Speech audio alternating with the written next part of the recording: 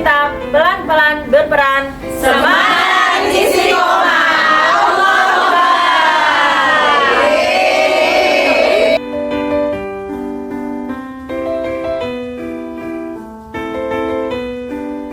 warahmatullahi wabarakatuh. Innal hamdalillah nahmaduhu wa nasta'inuhu wa nastaghfiruh wa na'udzu billahi min sururi anfusina wa min sayyiati a'malina may yahdihillahu fala mudhillalah wa may yudlilhu fala hadiyalah. Asyhadu an la ilaha illallah wa asyhadu anna Muhammadan abduhu wa rasuluhu la nabiyya ba'dah. Rabbi shrah li sadri wa yassir li amri wahlul 'uqdatam min lisani yafqahu qawli. Allahumma 'allimna ma yanfa'una wanfa'na bima 'allamtana. Allahumma hdina wa hdibina waj'alna sababan wa sabilan liman ihtada. Rabbi zidni ilma warzuqni fahma. Amin amin ya rabbal alamin. Alhamdulillah, puji syukur kehadirat Allah Subhanahu wa taala. Hari ini kita bisa kembali liqa bersama. Mudah-mudahan Allah turunkan berkah yang banyak di majlis ini.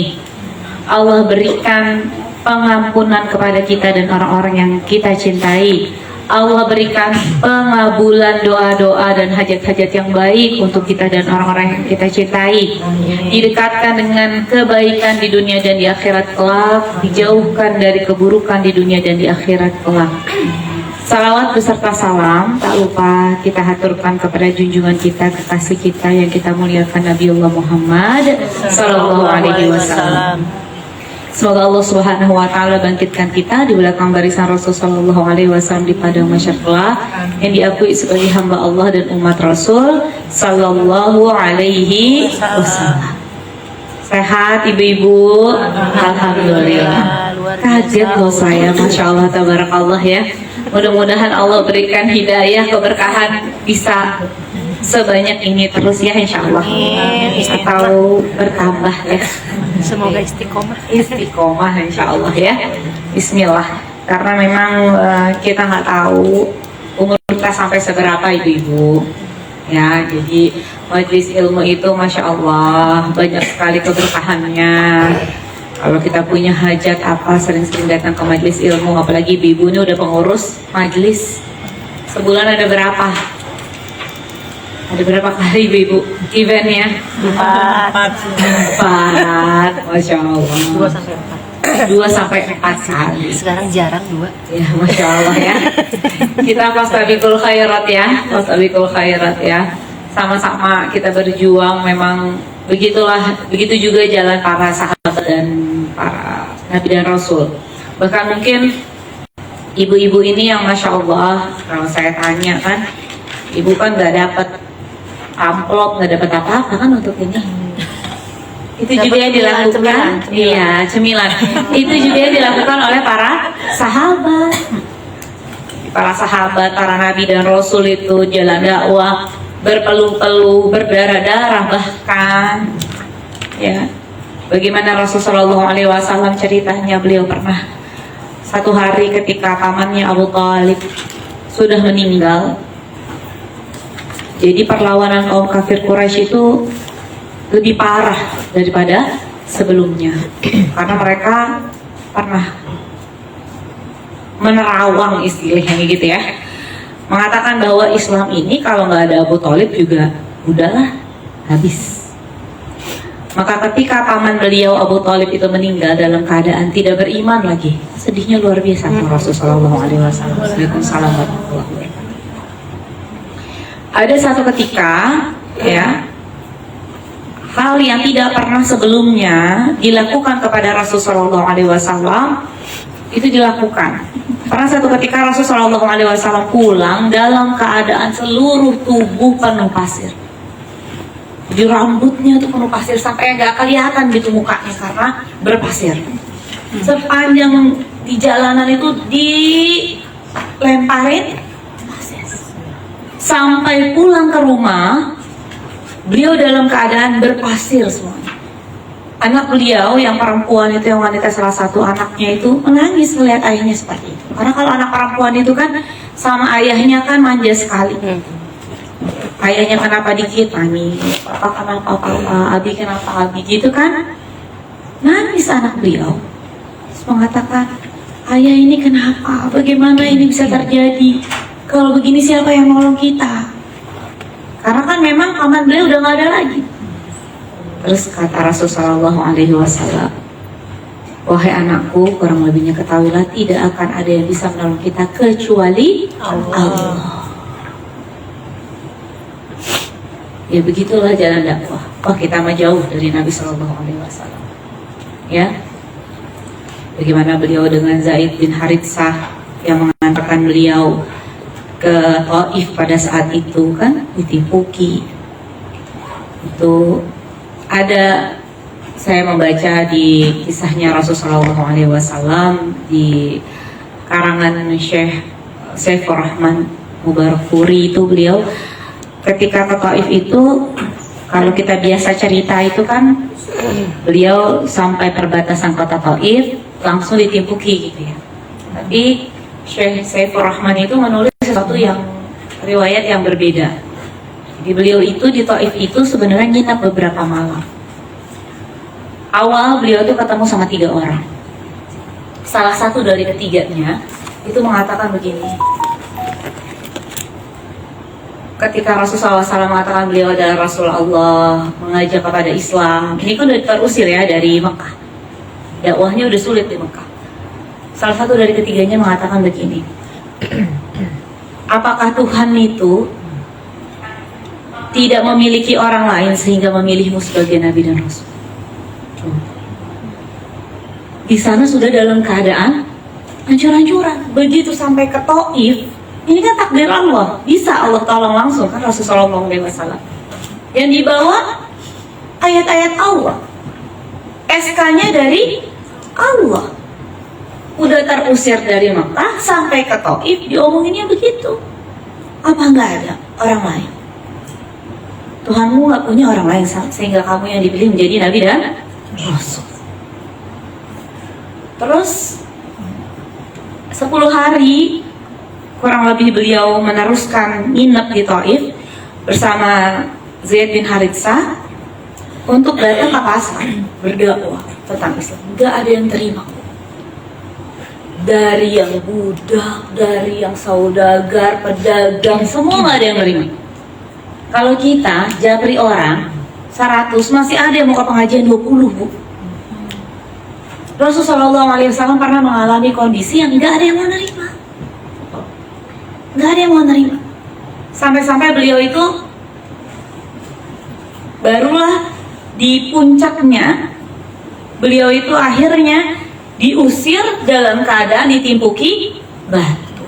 Nah, di kitab itu ditulis tumit beliau itu yang ditimpukkan batu, sehingga tumitnya penuh dengan darah. Lalu Zaid bin Haritsah melihat tumit beliau sudah penuh dengan darah, dihalanginya beliau dengan tubuhnya Zaid bin Haritsah. Akhirnya kepalanya Zaid bin Haritsah itu penuh dengan tipukan batu dan bocor, juga berdarah-darah. Sehingga 2 sahabat ini, Rasulullah SAW dan Zaid bin Haritsah ini, ya 2 sahabat baik ini, dua-duanya penuh dengan darah.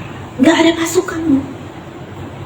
Beliau Sallallahu Alaihi Wasallam yang mulia, yang paling dicintai oleh Allah Subhanahu Wa Taala, dengan sahabat beliau Zaid bin Haritsah yang sudah dianggap anak oleh beliau. Dua-duanya ini manusia hebat yang mulia. Dua-duanya pernah dalam episode yang dibawa adalah kebaikan, yang disebut adalah nama Allah, yang menghendaki adalah Allah, tapi kondisinya penuh dengan darah. Ini saya teruskan lagi. Yang luar biasanya, ketika sudah seperti itu, akhirnya bingung kan mau jalan kemana. Singkat cerita, Rasulullah SAW setelah berjalan itu kurang lebih 3 mil atau 5 mil, saya lupa, dari kota Taif itu, bersandar di pohon anggur, di bawah pohon anggur. Jadi kan sudah penuh dengan darah, kondisinya padang pasir seperti itu kan. Akhirnya kelihatan ada pohon anggur, duduklah beliau berdua ini yang mulia di bawah pohon anggur. Di situ Rasulullah SAW menengadahkan tangan. Ini sifat manusiawinya Rasulullah, mengadu kepada Rasul. Yang syairnya itu agak panjang. Beliau katakan, wahai ya Rabb Allah, kurang lebihnya, kepada siapa engkau akan titipkan aku? Pada mereka di sana yang mengusir aku, aku atau sini, orang sini yang tidak mau menerima keberadaanku. Kurang lebihnya seperti itu. Lalu, tapi yang luar biasa, di terakhir Rasulullah SAW itu mengatakan, ya Rob, jika ini tidak membuatmu marah kepadaku, aku ridho. Walaupun sesulit ini, tapi asalkan engkau tidak murka kepadaku, aku ridho. Rasulullah SAW. Lalu luar biasanya, Allah tuh memberikan pertolongan itu kadang-kadang di saat yang tidak kita sangka-sangka, apalagi buat juru dakwah. Kita pernah seolah-olah nggak sampai kayak Rasul begini, karena kan iman kita yang nggak setinggi itu. Allah juga tahu, paling terfitnah, paling apalah, omongan orang paling apa. Tapi pertolongan Allah itu kadang sesuatu yang tidak kita sangka-sangka yang membuat kita itu bahagianya berkali lipat. Itu hebatnya Allah, dan Allah memang maha hebat. Ketika Rasulullah lagi seperti itu, habis beliau doa itu didengar sama pemilik kebun. Tergeraklah hatinya, kasihan, kasihan sekali doa orang. Udah penuh dengan darah, tapi dia tidak berani untuk memberikan minuman dan makanan langsung kepada Rasulullah SAW dan Zaid bin Haritsah radhiyallahu anhu. Akhirnya disuruhlah budaknya yang bernama Adas untuk memberikan sekadar minuman kepada Rasulullah SAW. Begitu Adas datang, diberikan minuman kepada Rasul. Begitu Rasul mau minum, dibaca oleh beliau Bismillah. Begitu beliau mengucapkan Bismillah, Adas ini kaget. Dari mana engkau tahu ucapan Bismillah? Aku tidak pernah mendengar satu orang pun di sini ketika mau makan dan minum mengucapkan Bismillah. Lalu Rasulullah SAW bertanya kepada Adas ini, ya, radhiyallahu anhu, engkau dari mana? Rasulullah SAW bertanya kepada Adas. Kata Adas, aku dari Ninive. Ninive, kata Rasulullah SAW, itu adalah tempat saudaraku Yunus bin Matta. Kata Adas, dari mana engkau tahu Yunus bin Matta? Dia adalah saudaraku. Beliau seorang nabi dan rasul, aku pun seorang nabi dan rasul. Langsung pada saat itu Adas memeluk Rasulullah SAW, mencium kening beliau, mencium tangan beliau, mencium kaki beliau, lalu bersyahadat. Jadi beliau itu jauh-jauh dari Ninive, beragama Nasrani. Beliau baca di kitabnya akan ada nabi dan rasul di wilayah Hijaz, sehingga beliau itu sampai jadi budak di Taif. Jadi Masya Allah kan, Allah Subhanahu wa Ta'ala setelah Rasulullah SAW berdoa seolah-olah nggak ada belasan hari itu di Taif itu nggak ada hasilnya, ternyata agendanya adalah mempertemukan antara Adas, doanya Adas radhiyallahu anhu ini dengan Rasul Shallallahu Alaihi Wasallam. Dan ternyata berkat itu Taif sekarang semuanya jadi Muslim. Nih, juru dakwah. Rasulullah SAW digaji? Enggak. Dapat apa Rasulullah SAW? Dapat syurga. Dapat kasih sayang Allah, kasih sayang manusia juga, sayang kepada Rasulullah SAW di dunia dan di akhirat. Dapat kemuliaan di dunia dan di akhirat kelak. Saya cuma mau mengingatkan, kadang-kadang kan kita ini sebagai juru dakwah mengatakan, Allah saya capek banget, dapat apa? Dapat banyak. Dapat sesuatu yang sebenarnya tidak pernah kita sadari Allah berikan. Entah merupakan ketanaman jiwa, hajat yang diijabah, jalan yang dipermudah, diangkat derajatnya. Siapa kita sehingga kadang-kadang orang itu seneng banget ketemu kita. Aduh kangen banget, udah lama gak ketemu kita. Ini siapa? Dosanya banyak, maksiatnya banyak. kita ini siapa? Kadang-kadang orang tuh sampai, tolong ya datang ya, pokoknya kalau nggak ada kamu saya nggak enak deh datang. Siapa kita? Kadang-kadang kita pulang kampung disambut sama orang di kampung, dianggap orang berhasil. Siapa kita? Kita ini bukan siapa-siapa kecuali petugasnya Allah. Maka setiap juru dakwah itu PNS, pegawai Nabi Sallallahu Alaihi Wasallam. Masya Allah. Ya. Bu, kerjaannya apa? Kalau ibu rumah tangga tuh kan cuma ibu rumah tangga doang kerjaan. Saya PNS, pegawai Nabi Sallallahu Alaihi Wasallam. Insya Allah nggak ada yang berani hina, ya. Insya Allah nggak ada yang berani. Saya kerjakan apa yang disuruh Allah dan Rasulnya. Saya mencoba tinggalkan apa yang dilarang Allah dan Rasulnya. Ya, jadi kita ini salah satu manusia yang mewarisi jejaknya para nabi dan rasul dan para sahabat. Mudah-mudahan Allah jaga sampai hembusan nafas terakhir. Selama tangan kita masih bisa bergerak, kaki kita masih bisa bergerak, mata kita masih bisa melihat, apa yang bisa kita lakukan untuk Allah dan Rasulnya, itu sebagai sedekah kita di hadapan Allah. Ya, mungkin ini amalan yang paling bisa kita berikan kepada Allah dan Rasulnya di pada mahsyar. Sekarang ingat-ingat aja dulu kalau saya meninggal nih, Bu, meninggal tuh gak ada yang tahu. Kalau besok misalnya, atau nanti malam misalnya, mungkin lelahnya kita di Khairatun Nisa ini salah satu yang bisa kita andalkan di hadapan Allah. Karena mungkin ngaji kita ya standar, sholat kita ya standar. Apakah semuanya setiap hari rawatibnya cukup? Apakah setiap hari tahajud duhanya cukup? Kan belum tentu. Kesabaran kita lagi, ya Allah, setipis Tisu. mungkin tisu lebih tebal daripada kesabaran.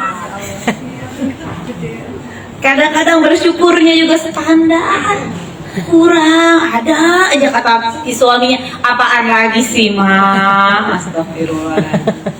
Kacamata udah 10, tas udah 20, masih ada aja dicari di exchange. Kan mama kurang Kerudung sepatu, selemari. iya ya Allah, sepatu udah 50 pieces, masih ada aja ini. Kaki cuma 2, sepatu 50. Masya Allah. Sepatu sih cuma 2, harganya satu 10 juta, satu 20 juta, masih ada aja yang kurang.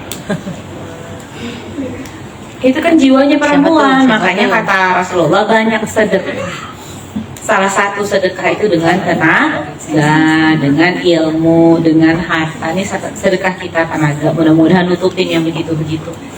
Suka lupa perempuan itu punya gamis biru sampai 5, Coklat 10.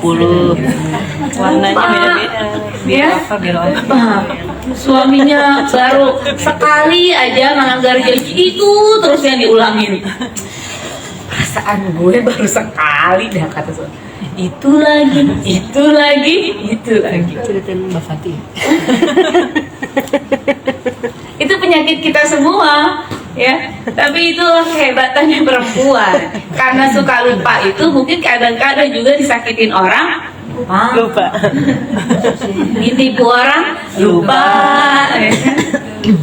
Tiba-tiba dia udah bestian lagi. Hai besti. Iya, habis curhat sama gue ya, jadi disakitin sama dia. Hebat juga perempuan tuh, hebatnya juga begitu. Ya begitulah ibu ya. Jadi makanya kita ini harus banyak-banyak bertaubat. Kalau Rasulullah yang perjuangannya seperti itu aja, minimal nanti kita akan baca di sini. Bertaubat itu 70, dalam riwayat yang lain itu 100 kali istighfar kepada Allah Subhanahu wa taala, apalagi kita.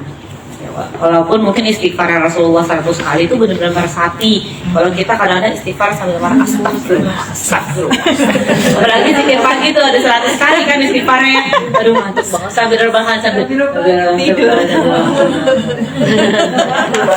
Tapi itu lebih baik daripada nggak ngucapin istighfar. Namanya juga kita penuh salah dan dosa. Ini sampai yang hadis yang mana? Taubat nasuha. Nah, kan ayat-ayatnya udah ya. Semuanya udah belum ayat tadi? Kurang surat An-Nur, 36.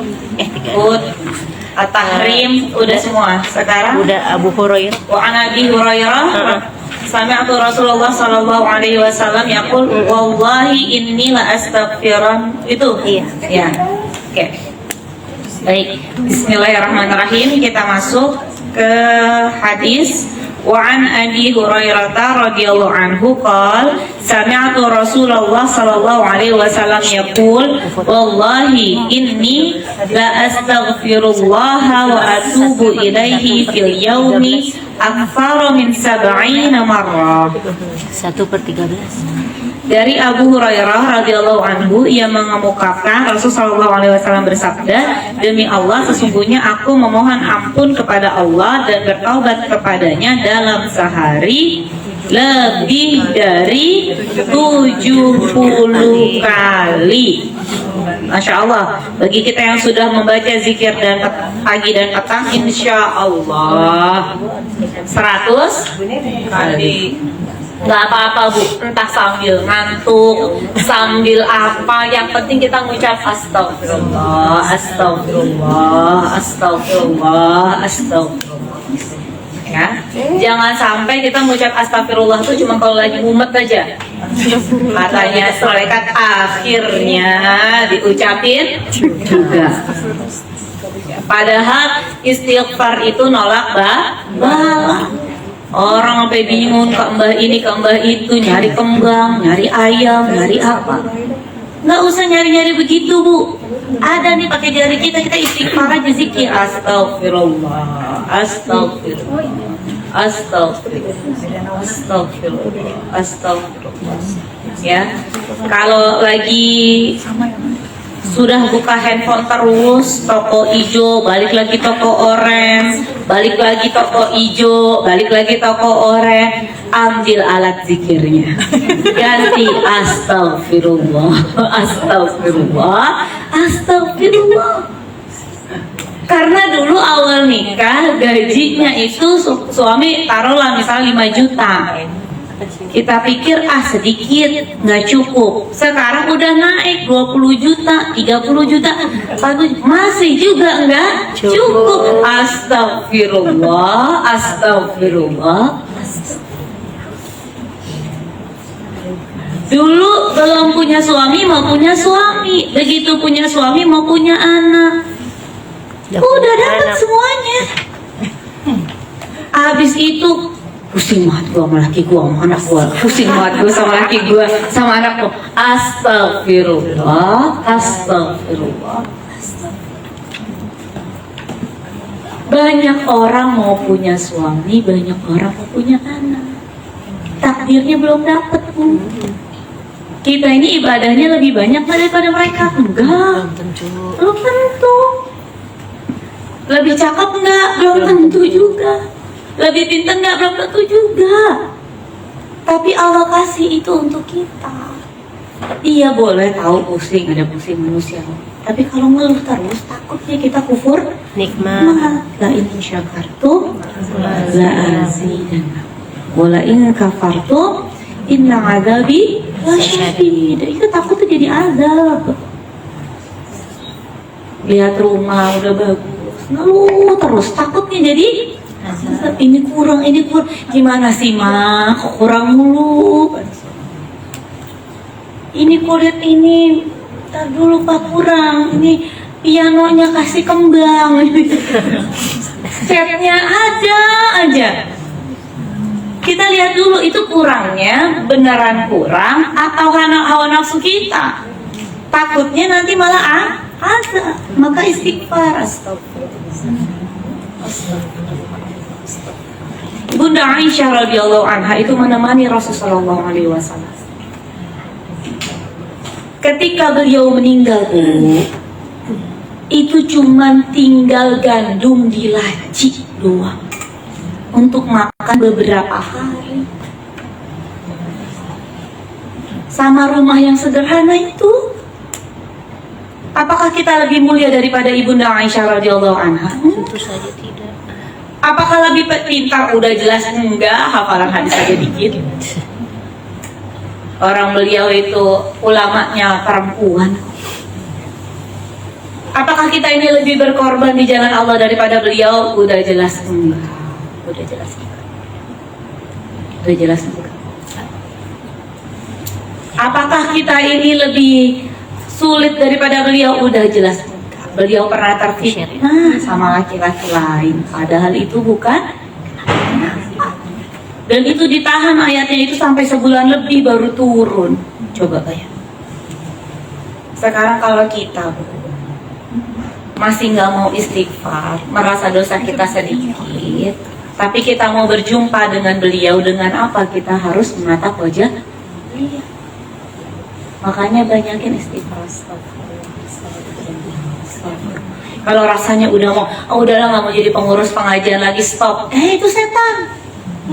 Astagfirullah, astagfirullah, astagfirullah. Bayangkan kalau kita jadi pengurus pengajian itu, Bu, Ustadz ngomongin satu ilmu, jamaah dapat, kita dapat semua pahala jamaah. Kok kita mau berhenti? Kenapa? Capek banget. Ya emang capek, orang hadiahnya bukan piring cantik, surga. Terus, jangan berhenti terus. Kalau mau istirahat boleh, sedikit healing ke kali kayak kita kemarin. Ketawa-ketawa, sedikit tidur. Capek udah, stop dulu tidur. Ntar dulu Mbak Lia, saya mau tidur. Ngantuk, ntar ya, harus tidur nih. Emosinya lagi nggak kontrol. Nah, kalau teman harus tahu kayak begitu. Sebentar.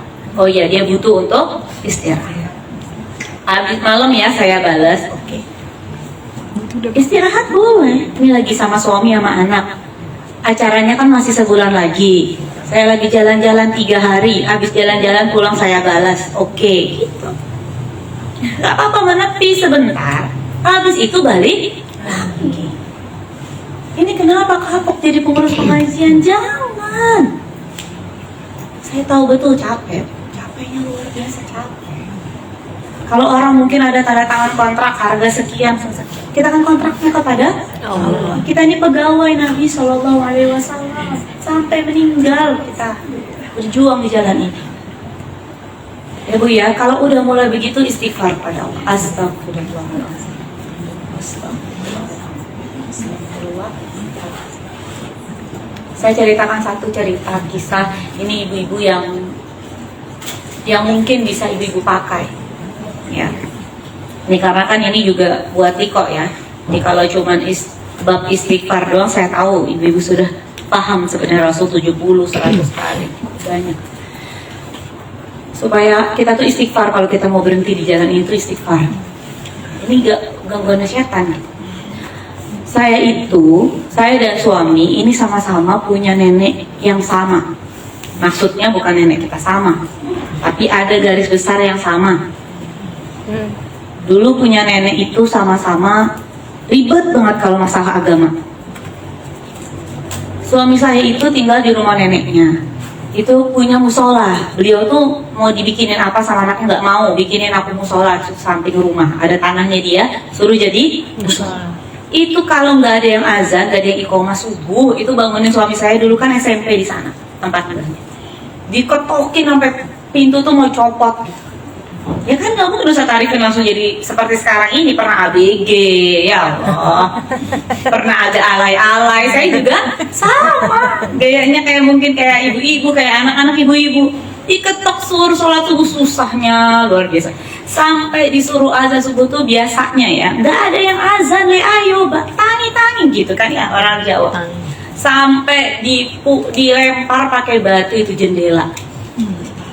Terus dipaksa ini dulu Ustaz Arifin itu untuk pergi ke satu masjid besar di Sukoharjo, nemenin neneknya kajian rutin. Itu bete banget. Itu dia bilang itu hal yang paling bete, isinya mbak-mbak. Dia anak SMP. Ayo temenin mbak kesana. Ngapain mbak? Kajian. Ya Allah itu bete kayaknya. SMP baru ABG-nya nggak oke banget gitu temenin nenek-nenek ke pengajian. Itu selama pengajian tuh boro-boro ada yang didengerin, masuk kuping kanan keluar lagi ke kanan. Mantul pengajian ibu-ibu mbak. Tapi masya Allah tabarakallah ya Bu, setelah bertahun kemudian, ya tiba-tiba suami saya diundang ke masjid yang sama untuk ngisi Masjid Raya Sukoharjo. Begitu dapat undangan itu, suami saya langsung bilang, ya Allah, ini masjid yang dulu nenek saya bawa saya ke sini Mbak, sambil merengut-merengut. Sekarang tulisannya nanti undangannya pengisi Ustadz Arifin Nurul. Maksud saya apa? Ngomong gini sama ibu-ibu, jangan putus asa Bu. Mbahnya tuh udah meninggal, nggak lihat lagi Arifin Nurul bisa ngisi di masjid itu. Dia meninggal beliau sebelum suami saya lulus dari Libya. Beliau meninggal. Mbahnya suami saya itu cuma penjual garam kali ini. Penjual garam. Beliau pernah ngomong sama saya, kan ada demensia akhirat. Jadi kalau cerita tuh ulang-ulang. Yang diulang-ulang itu jual garam lewatin sungai naik kereta. Jual garam lewatin sungai naik kereta. Kalau malam itu jual tangkleng itu, tulang itu yang dipotong-potong sama beliau kalau mati. Jadi Bu, hidup ini jangan pernah putus asa gitu. Ngapain sih saya berjuang untuk pengajian? Ngapain sih saya datang ke pengajian? Ngapain saya ngajakin orang-orang ke pengajian? Ngajakin anak saya, mungkin cucu saya, aduh capek. Nih tangan rasanya udah mau mukul itu tuh pintu tuh udah mau kapalan. Rasanya setiap hari bangun subuh. Hasilnya nanti bukan sekarang. Mungkin kita nggak bisa melihat lagi. Tapi tiba-tiba dikubur. Ini dari siapa? Ini kenapa? Saya nggak kebayang itu kalau mbahnya tahu setiap suami saya ngisi dia dapat pahala. Masya Allah. Karena emang ngurusin suami saya SMP itu, suami saya itu di rumah mbah. Itu cerita yang sama di saya. Makanya kalau mau berhenti dari jalan ini, istighfar ibu-ibu, itu godaan setan. Karena setan tahu ini jalan yang berharga, penuh dengan keberkahan, barokah mbak di majelis ilmu itu. Barokah. Nenek saya itu ustazah, ya, ketua BKMP Jakarta Selatan pada saat itu. Semua Jakarta Selatan tuh tahu nenek saya. Semua yang ada di Jakarta Selatan itu pengajian nenek saya ngisi. Gede banget saya dulu sama nenek saya. Saya udah, kan beliau punya pengajian di rumahnya. Nggak bisa banget ngeliat Nuri bengong gitu. Namanya kita dari SD ya. Umi udah bilang ayo ke pengajian nyai pengajian bulanan. Udah rame gitu ya. Muridnya banyak, pengajian bulanan tuh penuh. Ya. Saya nggak ada apa-apanya sama beliau. Muridnya banyak. Kita lagi enak-enak anak SD atau pulang dari pesantren, ada aja Nuri dipanggil ke atas panggung. Udah kayak prank. Disuruh nyanyi, dimulai dari disuruh nyanyi. Sampai saya udah pesantren ada aja suruh ngomong. Deredak Bu begini. Anak SMP. Saya kalau mau ke rumah nenek saya tuh udah bete banget. Aduh suruh ngapain lagi nih Nuri. Saya cucu pertama. Tapi apa yang terjadi Bu? Beliau tuh terus menerus maksa saya. Kamu ayo ngajar, kamu bisa ngajar, kamu pasti bisa Nuri, kamu pasti bisa. Masya Allah tabarakallah, sekarang nenek saya sudah berbaring, gak bisa ngapa-ngapain. Yang gantiin beliau ngisi kajian bulanannya saya. Dulu saya bete banget sama nenek saya. Kenapa harus Nuri? Kenapa Nuri lagi? Tapi itu makanya saya kalau misalnya beliau tuh ada di kursi kan udah nggak bisa banyak ngomong, udah nggak bisa bergerak. Tapi kalau saya lagi ngisi, saya melihat mata beliau, yang jelas saya mau nangis.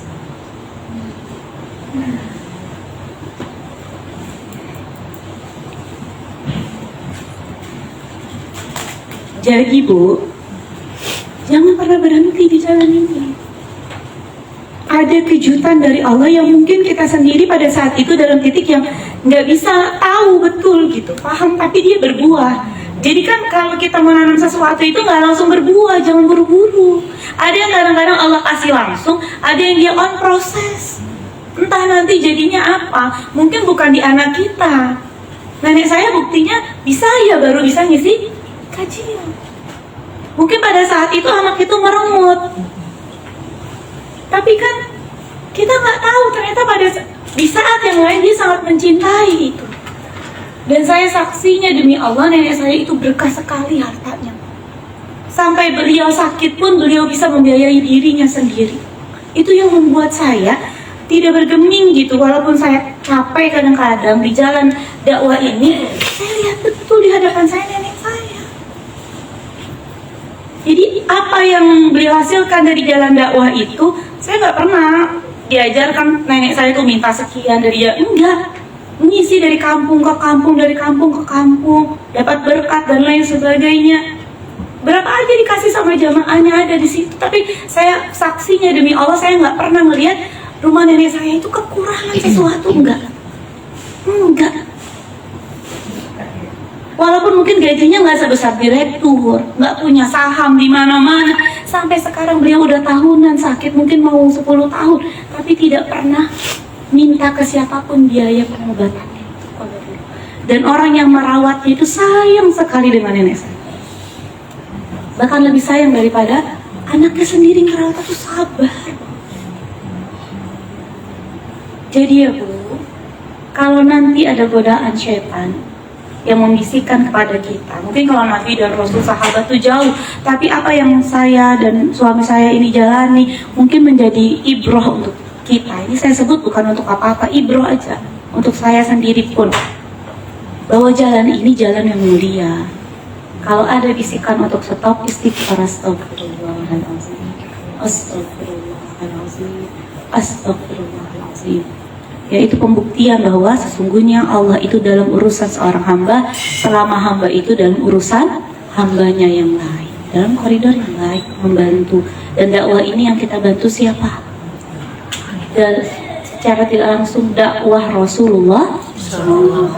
Dakwah Rasulullah itu apa? Perintah Allah Subhanahu wa ta'ala. Manusia Bu, kita bantu aja. Kalau dia normal dan baik, dia tahu balas budi. Apalagi kalau kita terpilih di hadapan Allah untuk membantu berketerusannya dakwah Nabi, berketerusannya ayat-ayat Allah. Kalau Allah itu sudah senang sama kita, ya nggak mungkin Allah itu tidak memberikan sesuatu yang kita harapkan. Tetapi mungkin kadang-kadang itu tidak sesuai dengan prediksi kita. Karena Allah melihatnya kacamatanya tinggi, besar. Oh, ini yang terbaik untuk Mbak Lia. Jadi begini aja dulu. Begitu ya Ibu-Ibu ya. Jadi istighfar itu harus selalu setiap saat. Terutama di dalam keadaan-keadaan yang menjauhkan kita kepada Allah Subhanahu wa ta'ala, dalam pahala-pahala yang sebenarnya besar, dalam sesuatu yang sebenarnya keberkahannya itu luar biasa. Di sini disebutkan Rasulullah SAW beristighfar. Terus ada beberapa ayat dalam Quran surat Al-Baqarah ayat 37. Itu ada istighfarnya Nabi Adam alaihissalam. Ya. Fatalaqa Adamu min rabbih kalimatin fataba alaihi innahu huwat tawwabur rahim. Terus ada juga dalam Quran surah Al-Baqarah ayat 128. Ini istighfarnya Nabi Ibrahim. Rabbana waj'alna muslimaini laka wa min dzurriyyatina ummatan muslimatan lak wa arina manasikana wa tub alaina. Ya, Nabi Ibrahim juga bertobat kepada Allah. Dalam Quran surat Al-Baqarah ayat ke-128. Begitupun Nabi Musa dalam Quran surat Al-A'raf ayat 143. Falamma afaqa qala subhanaka tubtu ilaik. Bertaubat juga tuh betul. Aku bertaubat. Ya.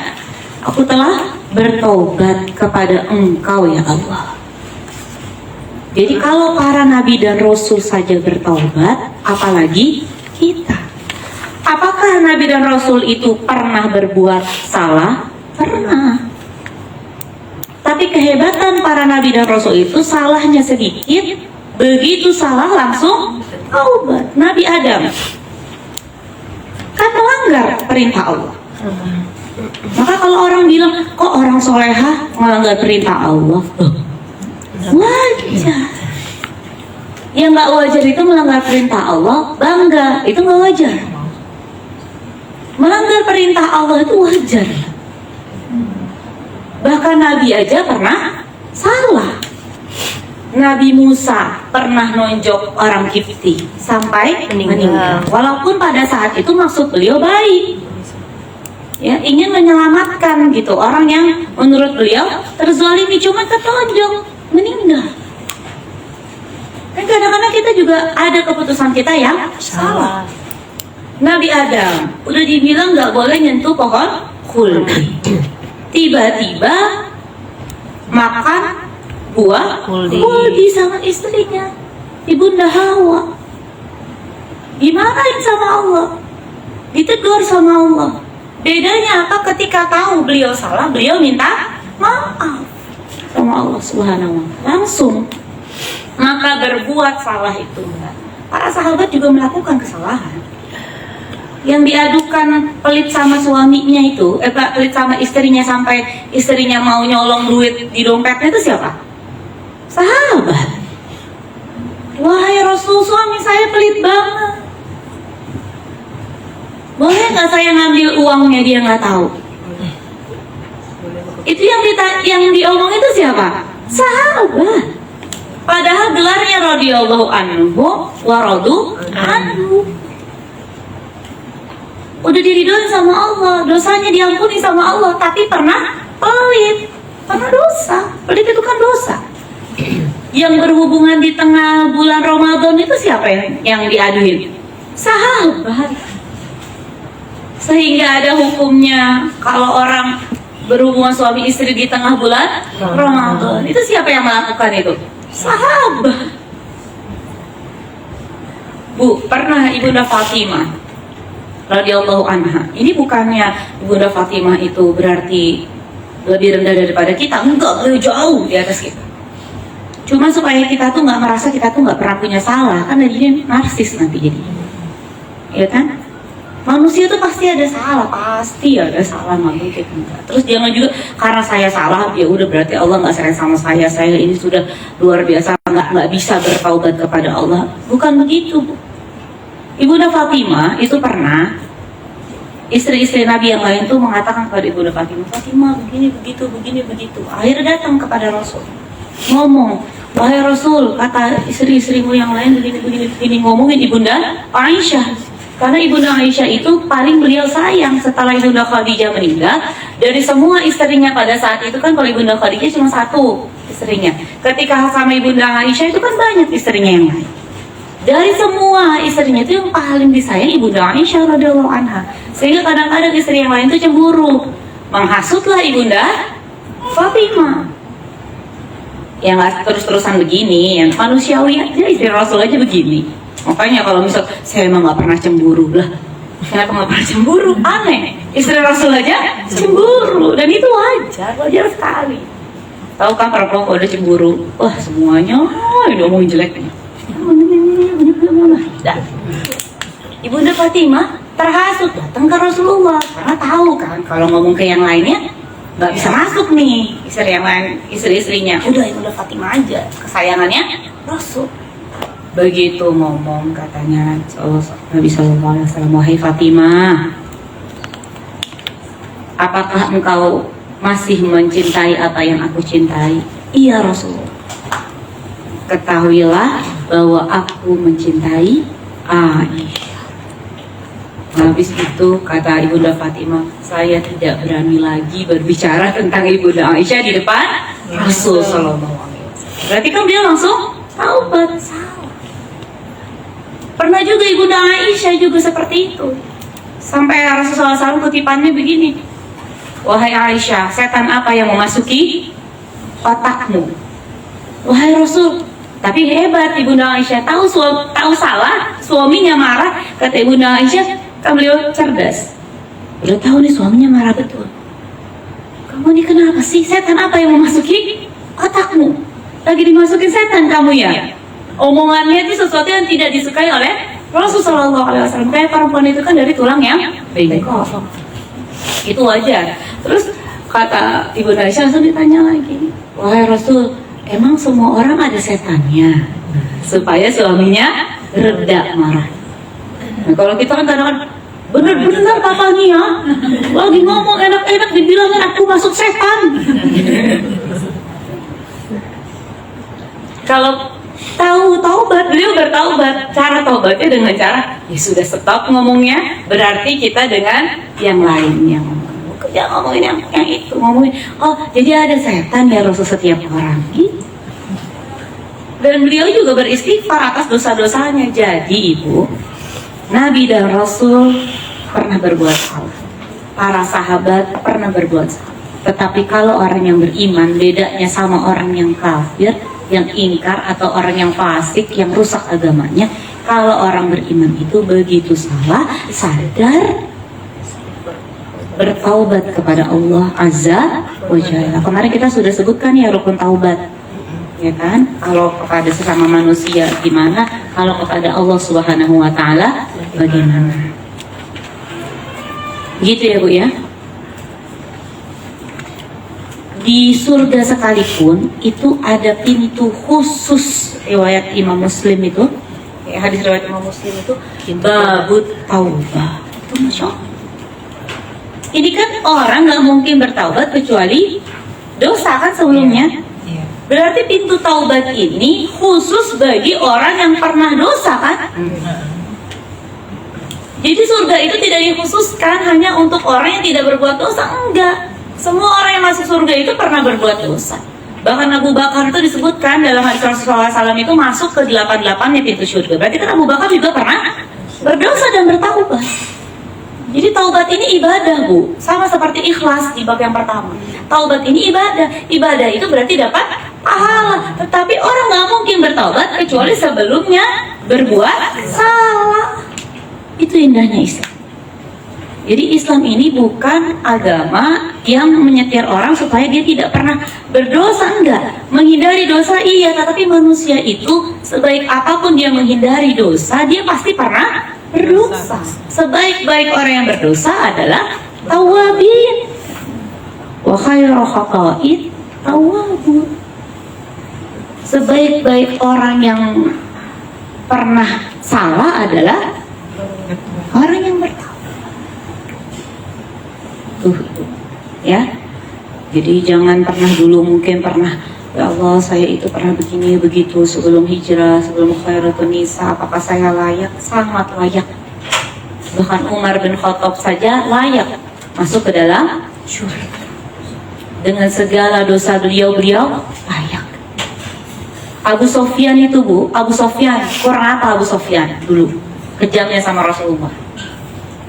Tapi beliau terakhir tobat jadi sahabat Rasul, masuk surga, masuk. Bu, jadi manusia itu emang susah Bu. Yang pertama, dia ada setan korin yang ngikutin dia dari lahir. Kata Rasulullah tuh dari lahir ada setan ngikutin kita. Setan itu tahu persis kita tuh sukanya apa, nggak sukanya apa, kelemahannya apa, langsung dia tahu. Wah kalau begini-begini, karena dia dari orang tua kita aja nggak sama kita terus. Suami kita aja nggak sama kita terus, setan ini sama kita terus, ya nggak Tan? Iya. Ini ada sebelah kiri. Semuanya ada, ya kan? Pertama dia harus melawan korinnya yang setannya itu yang tahu persis gangguin dia gimana caranya. Yang kedua dia punya hawa nafsu dalam dirinya, hawa nafsu dia sendiri. Hawa nafsu dia sendiri. Sedangkan yang kayak di film-film malaikat yang ngebisikin kebenaran tuh gak ada. Hati nurani yang kita punya, hati nurani. Sama ayat Allah, datang ke kajian ilmu ngaji, entah itu dibaca, entah itu diperdengarkan. Bayangkan, kita harus melawan itu semua. Jadi kalau ada dosa, wajar.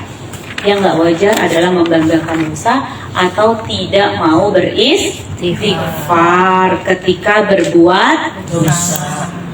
Hadis berikutnya.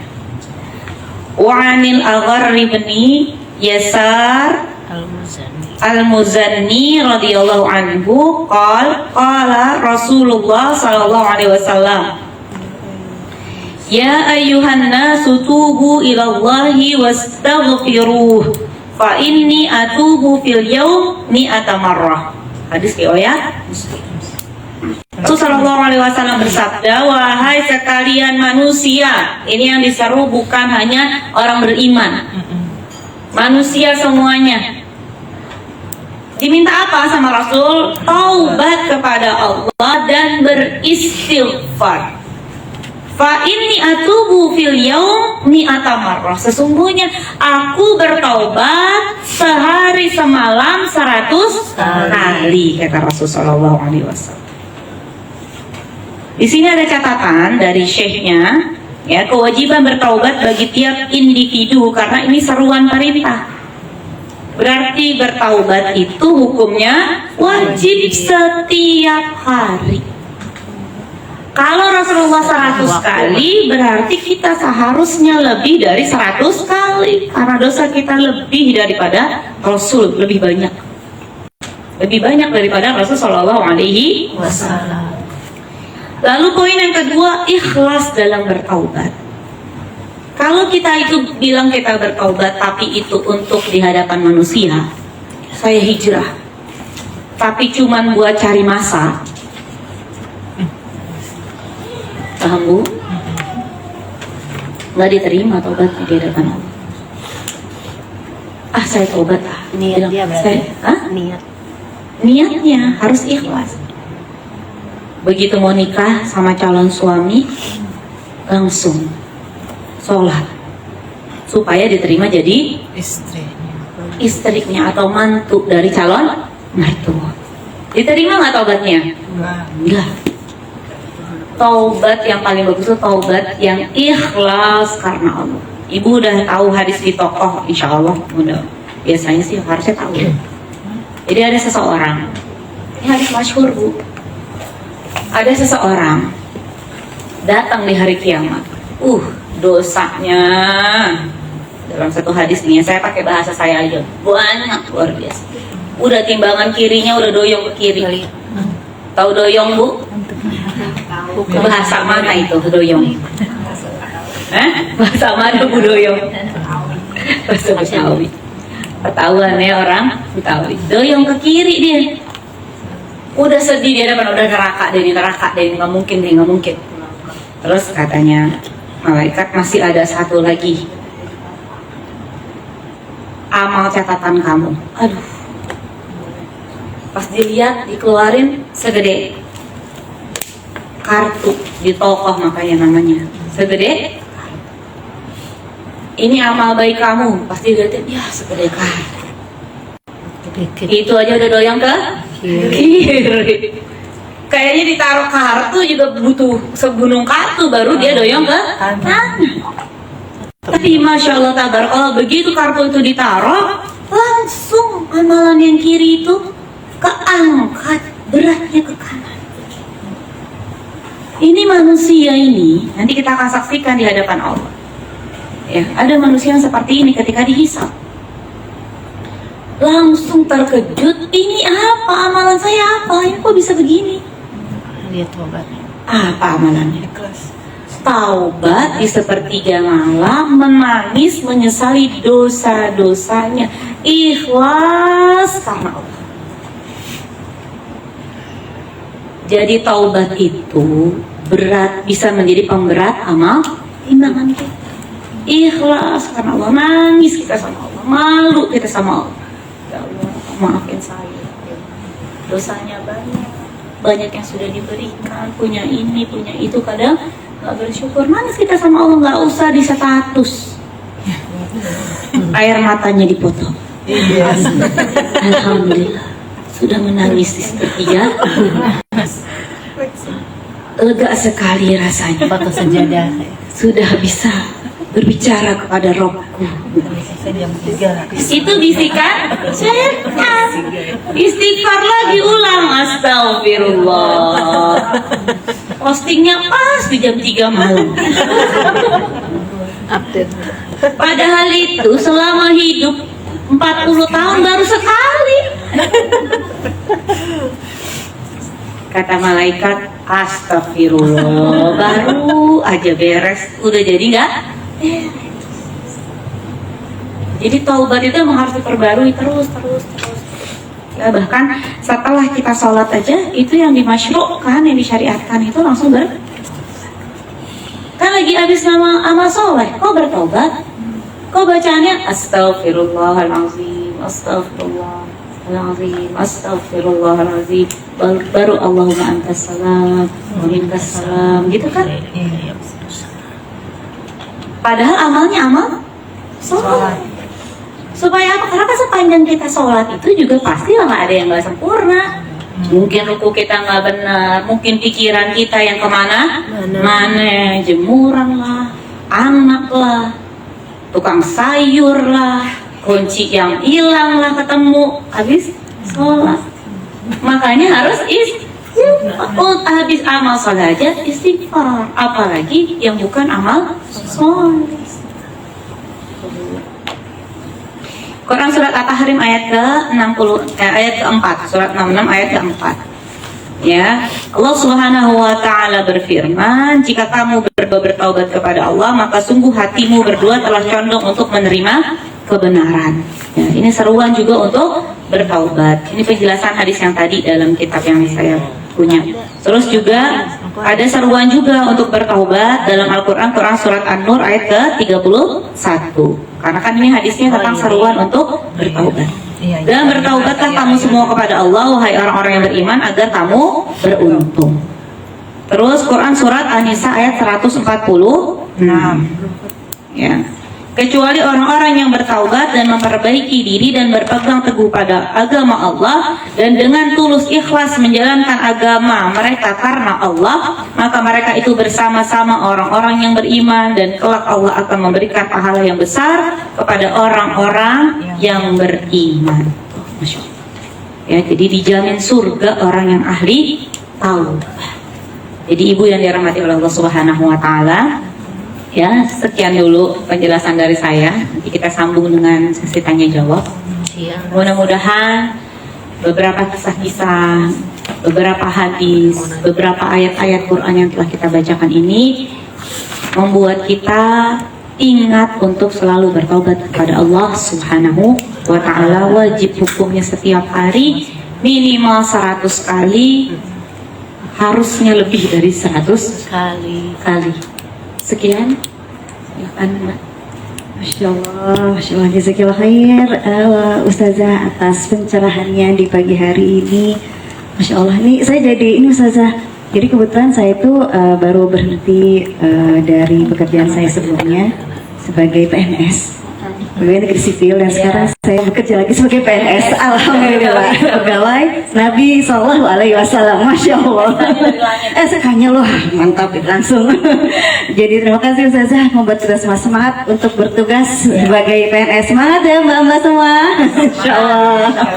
Baik, jadi betapa istighfar itu adalah suatu lafaz yang kita usahakan mengisi kekosongan hati kita. Jadi masukin, kadang-kadang kan saya suka kadang bengong atau kadang mikir apa atau kadang gimana gitu, saya namanya juga manusiawi. Jadi saya pikir kayaknya untuk daripada kita bengong, istighfar gitu, Masya Allah gitu kan. Kadang kita nggak tahu sehari ini kita udah berapa kali istighfar gitu kan, jangan-jangan belum boro-boro 100 gitu. Jadi usahakan kita isi kekosongan kita dengan istighfar, terlepas dari mungkin kita memang lagi mengingat dosa kita atau memang ya beristighfar gitu ya Ustazah. Semoga dengan demikian bisa menghapus dosa-dosa kecil yang kita tidak sadari mungkin ya Ustazah. Demikian.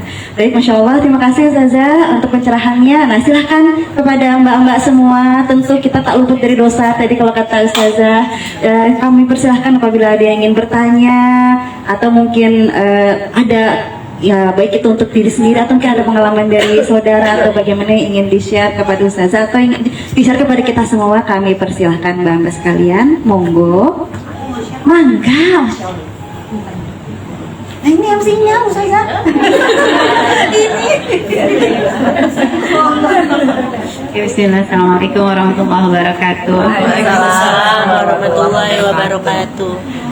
Ustazah, aku tuh tadi nangis lagi tadi dengar Ustazah cerita soal masa kecil bersama nenek gitu.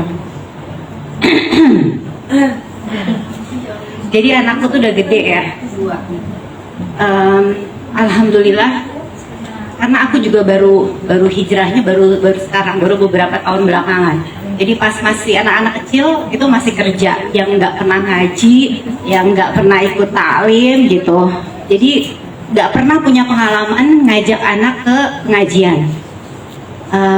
Sekarang anak udah gede, udah SMA, udah kuliah gitu. Aku udah mulai ngajak mereka ke taklim dan alhamdulillah mereka mau gitu. Jadi aku mewajibkan, memaksa, karena memang aku pakai paham paksa, terbiasa, apalagi dia terus terbiasa gitu ya, ujungnya ya harus dipaksa gitu. Alhamdulillah mereka mau. Jadi setiap malam minggu kami kajian, carilah untuk yang ada kajian gitu. Biasanya di MRBJ kalau malam minggu. Cuma kadang kayak mereka tuh terpaksa untuk ikut gitu. Cuma terus aku jadi dengar cerita Ustazah tadi, ya memang ternyata awalnya begitu ya rasanya ya. Ya berdoa, bukan berharap. Berdoa semoga nanti entah di umur keberapa gitu mereka bisa jadi seseorang dalam tanda kutip gitu ya, bisa jadi yang aku harapkan. Terus buat teman-teman yang anaknya masih kecil, mungkin sekarang waktunya sering-sering ngajak anak ngaji, karena kalau udah gede itu mereka udah punya kesibukan banyak, udah benar-benar untuk minta waktu mereka tuh harus kita minta jauh-jauh hari gitu. Kayak mereka udah punya schedule gitu. Jadi makanya aku selalu saklekin tiap malam minggu itu harus family time. Family time kami adalah kekajian. Setelah itu mengumpul makan. Cuma gitu. Jadi akhirnya mereka suka malu kalau malam minggu misalnya makan kemana gitu. Mereka nyari yang bunda cari restorannya yang restoran keluarga ya, jangan restoran anak muda. Kenapa? Malu malam minggu sama keluarga gitu. Kenapa ya? Jadi ya itu sih maksudku, teman-teman yang masih punya anak kecil bersyukurlah, masya Allah masih banyak waktu untuk bisa membiasakan anak-anak ikut kajian gitu. Mau sharing itu aja sih Ustazah, lebih ke aku kadang iri ngeliat tuh kayak Evi gitu ya bawa anaknya gitu. Terus Rina dulu sering bawa Salah kaji gitu. Aku kadang-kadang iri, aku kemana gitu pada saat itu gitu. Masih sibuk kejar karir, sama sekali nggak mikir kajian. Dan sekarang ya nggak ada kata terlambat kan ya Ustazah ya. Kalau nggak anak kita ya anak keturunan kita insya Allah. Itu aja sih, mau sharing aja sih, nggak nanya boleh kan ya? Terima kasih Ustazah. Assalamualaikum warahmatullahi wabarakatuh.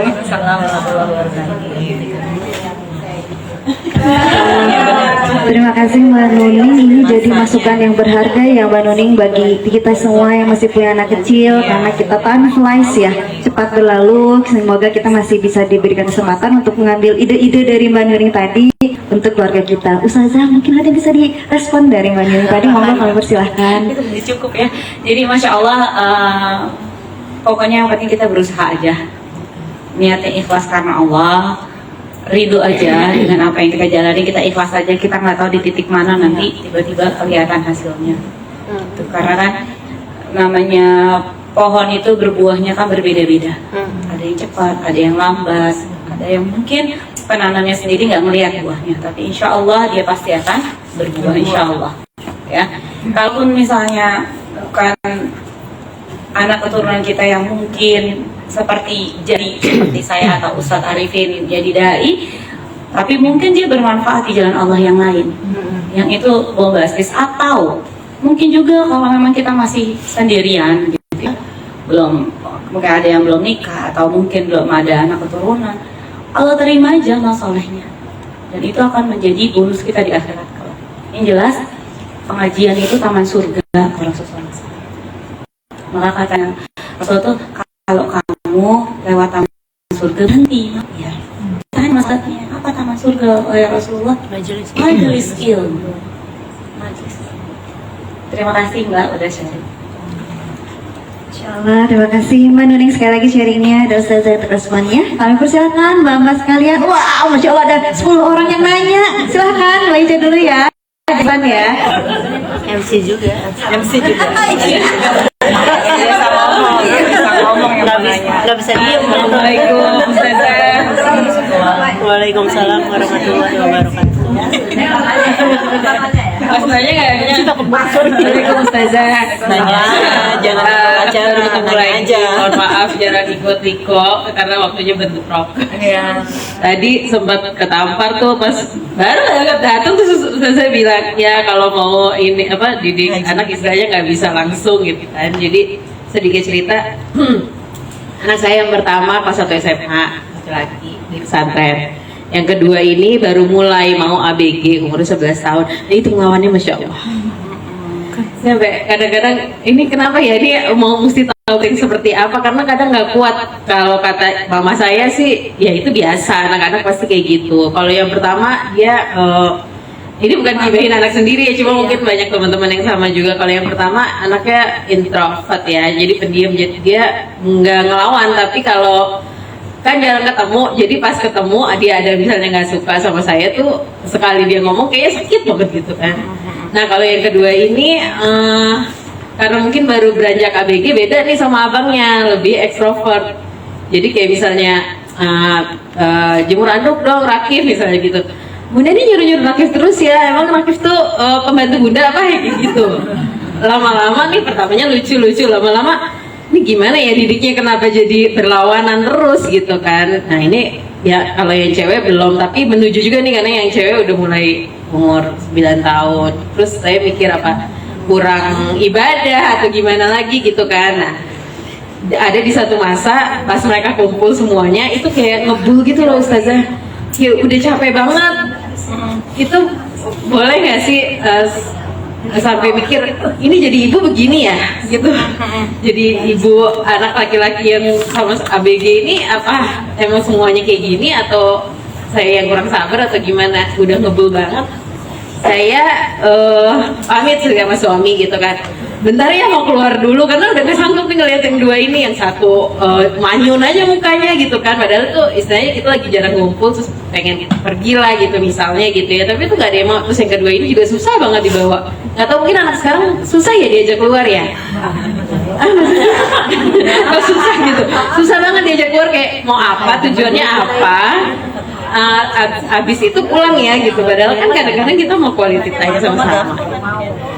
Nah, yang mau saya tanyain sampai kadar batas sabar itu emang katanya kan tidak berbatas ya. Itu tisunya tipis banget. Sampai itu saking karena saya udah tinggi banget ya. Sementara sering ikut kajian katanya nggak boleh marah, nggak boleh kita bentak-bentak, ya kan? Akhirnya saya pergi ke rumah mama saya, ikut di rumah mama. Ya udah tumpah deh semuanya gitu kan. Itu saya merasa jadi anak gadis lagi sih pas di rumah mama. Terus ya lama-lama turun, habis itu saya izin sama suami saya nginep ya sekali aja nginep di rumah mama gitu karena udah 16 tahun nikah nggak pernah nginep di rumah mama gitu. Itu saya dosa nggak ya, saya kayak ngerasa pas udah malam tapi tidur juga susah kan tuh Ustazah kan, kayak ngerasa nih saya ninggalin tanggung jawab nggak sih, boleh nggak sih sekali-sekali kita tuh ngerasa ya mohon maaf lahir batin cuma lelah gitu. Yang percaya ya.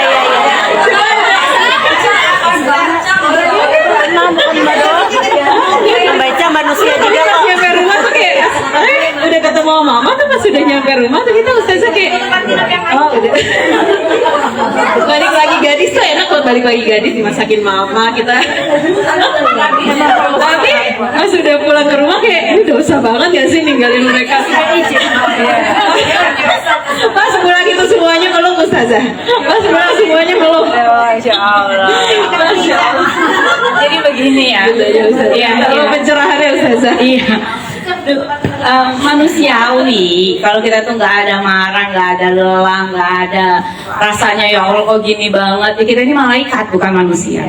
Dan justru karena kita itu punya sifat yang seperti itu, punya hawa nafsu ya, punya hawa nafsu, terus kita tuh bisa berupaya sekuat tenaga untuk tetap sesuai koridor. Tadi masih nanya saya dosa apa enggak, saya harus bagaimana. Justru di situ tandanya orang beriman. Ya karena kalau orang nggak beriman kan dia langsung pecah aja, dia pergi kemana, quality time, oh bodo amat deh gue iniin barang-barang, lo urusin itu anak lo, gue dipuyeng banget, langsung ada duit di rekening berapa, caw gitu kan. Saya rasa semua ibu-ibu pernah merasa kayak begini, dan ibu saya pun juga pernah pecah banget kali sama saya gitu ya. Ibu sekarang gini, anak pesantren. Ini kalau saya bisa bilang, kenapa tadi anaknya nggak mau pergi? Karena saya itu sebenarnya, mungkin sekarang ambi ya, tapi saya ngerasa sebenarnya saya itu dasarnya introvert sebenarnya, lebih ke introvert. Saya punya ibu yang orangnya tuh ekstrovert sekali. Pokoknya energi dari luar gitu. Jadi beliau tuh love language-nya itu ngajak, bener-bener ngajak kita jalan-jalan keluar, bawa ke sana. Bagi beliau tuh membahagiakan kita. Sedangkan bagi saya